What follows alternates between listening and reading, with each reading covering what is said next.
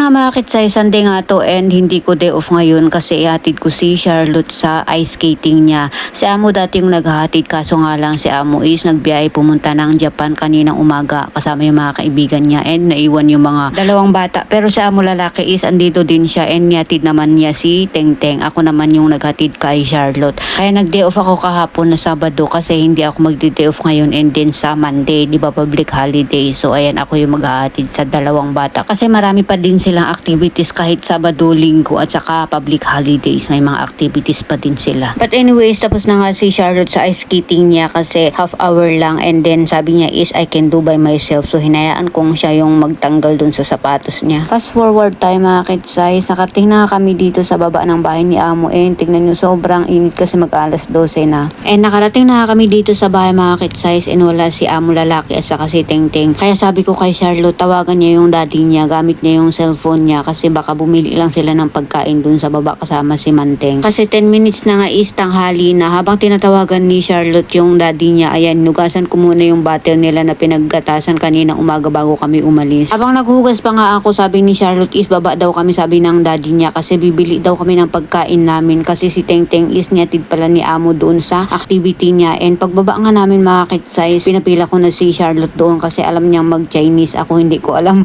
Is Chinese kasi dito mga kids-size and siya yung nakakaalam kung ano yung pagkain niya. Dati na kami bumibili dito. Siya talaga yung nagbabayad bumibili dito. Ibigyan ko lang siya ng octopus or cash para pambili niya ng pagkain niya. Nakuha na nga ni Charlotte yung order niya. So sabi ko, isamahan mo din ako sa KFC para bili din ako ng pagkain ko. So pagdating nga namin dito, hindi gaano mahaba yung pila. So nag-order kami and nag-take out kami mga kids-size. Ayan, fast forward dito na kami sa bahay mga kids-size. And ayan, kukay fan daw yung in-order ni Charlotte, kanin and then yung chicken. Binigyan ko lang siya ng drinks niya and then yung sa akin naman is chicken din and then yung rice din siya mga kids-size, very spicy siya. After nga namin kumain, ayan, pumunta si Lolo at Lola niya sinundo para punta daw sila sa McDonald's. At naiwan nga ako dito mga kids-size. Pagpasok ko sa kwarto ko is ito pala yung pinapatay ni Amo lalaki na pantalon niya. Hindi basta-basta nagtapon si Amo ng pantalon niya kasi sobrang mahal ng mga pantalon niya. Bihira lang siyang magtapon ng mga pantalon niya kasi may mga tatak gaya ng Bristol, mga ganun. So bihira talaga siyang nagtatapon ng mga pantalon niya. At pagkatapos ko tahiin yung pantalon ni Amo, yung bag ko naman yung tinahi ko. Sinabay ko na din tinahi yung bag ko kasi ito yung everyday use ko and then napansin ko may butas siya mga kids-size. So tahiin natin. Pagkatapos nga magtahi mga kids-size, ay kinuha ko yung mga nilabhan ni Amo to kahapon kasi day off ko. And then natuyo na siya. So tutupihin lang natin mga kids-size kasi tupi-tupi lang yung mga damit nila Amo dito. Hindi na kailangan iplansyahin ganun. So madalian lang ang trabaho dito. Kasi hindi naman maarte sila Amo sa mga damit nila or paglilinis dito sa bahay nila. At pagkatapos nga magtupi mga kids-size, ayan, sinunod ko naman itong ayusin yung higaan nila Amo kasi hapon na to is hindi pa naayos mga kids-size. And after ko nga sa kwarto nila Amo, isinunod ko naman itong CR nila Amo mga kids-size. So dito ko na lang tapusin ang ating mini vlog mga kids-size. Bye bye!